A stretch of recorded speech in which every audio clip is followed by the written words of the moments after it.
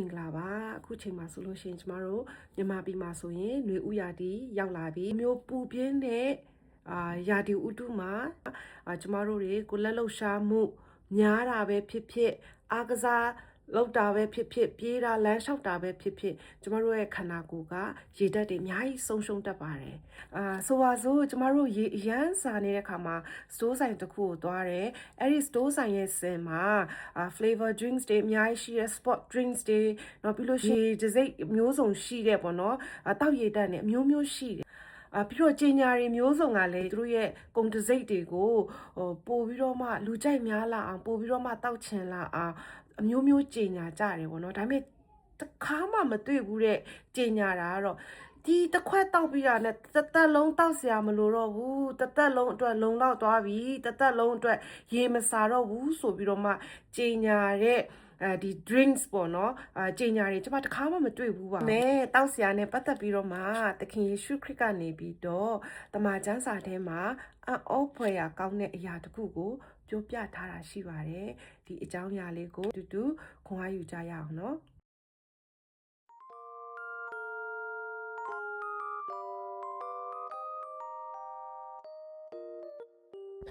တခါကရှမာရိပီကအမျိုးသမီးတယောက်ရှိပါတယ်။သူမကတော့ရှုခါဆိုတဲ့မြို့မှာနေပါတယ်။သူမရဲ့အသက်တာမှာအများကြီးအမားတွေလုပ်ခဲ့တယ်။အဲ့ဒီအတွက်ကြောင့်မလို့သူမကိုဘယ်သူမှမခေါ်ချင်ကြဘူး။တငယ်ချင်းလည်းမရှိပါဘူး။အရန်ကိုပူပြင်းလာတဲ့နေ့တစ်နေ့ရဲ့အပူဆုံးချိန်မှာသူမကရေတွင်းကိုရေခတ်ဖို့ရန်အတွက်သွားခဲ့ပါတယ်။သူမရေခတ်တာဘယ်သူမှမမြင်အောင်လို့ပေါ့။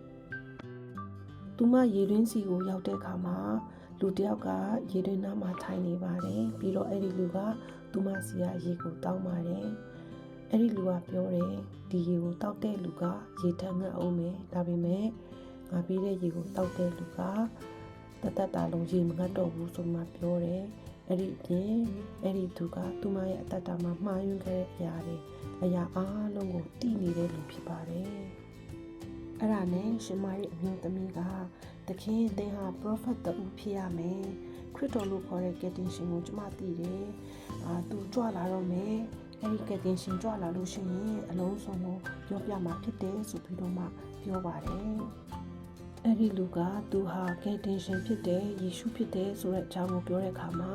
အမျိုးသမီးကအယံဝမ်းသာအားရနဲ့သူ့ရဲ့ပစ္စည်းတွေကိုချထားခဲ့ပြီးတော့မှမြို့ကိုအမြန်ပြေးပြန်သွားပါတယ်မြို့ထဲကိုရောက်တဲ့အခါမှာသူမဟာမြို့ထဲအလူတွေကိုကယ်တင်ရှင်ယေရှုနဲ့တွေ့ခဲ့တယ်ဆိုတဲ့အကြောင်းကိုဝမ်းသာအားရပြန်ပြီးတော့ပြောပြတဲ့အခါမှာမြို့သူမြို့သားတွေကလည်းယေရှုရှိတဲ့နေရာကိုလာပြီးတော့မှသခင်ယေရှုခရစ်ရဲ့ပြောဆိုခြင်းနဲ့ဆုံးမသွန်သင်ချက်တွေကိုနားထောင်ပြီးတော့မှသူတို့ရဲ့အသက်တာမှာလည်းယုံကြည်ခြင်းနဲ့တိုးပွားခဲ့ရပါတယ်ဒီနေ့လူသားတွေကအမျိုးမျိုးစာငတ်ကြပါတယ်လူတွေချစ်ချင်းမြတ်တာကိုစာငတ်တယ်ရန်ငိမ့်ခြင်းတွေခွင့်လွတ်ခြင်းတွေချမ်းခြင်းတွေလွတ်မြောက်ခြင်းတွေစာငတ်ပါတယ်ငွေကြေးချမ်းသာမှုတွေဂုဏ်တွေပကာသနာတွေကျမတို့ရဲ့အသက်တာရဲ့စာငတ်ခြင်းကိုမဖြည့်ဆည်းပေးနိုင်ပါဘူးတမန်ကျမ်းစာထဲမှာပြောထားတဲ့အတိုင်းပဲကျမတို့အရောက်စီတိုင်းရဲ့နှလုံးသားတွေရဲ့စာငတ်ခြင်းကိုဖြည့်ဆည်းပေးနိုင်တဲ့သူတူသည်တော်သူကသခင်ယေရှုဖြစ်ပါတယ်သခင်ယေရှုခရစ်အားဖြင့်သာလျှင်ကျမတို့ရဲ့အသက်တာကျမတို့ရဲ့နှလုံးသားတွေဟာစာငတ်ခြင်းကိုငြိမ်းစေတာဖြစ်ပါတယ်သခင်ယေရှုခရစ်ပေးတဲ့အသက်ဆန်းရည်ဟာ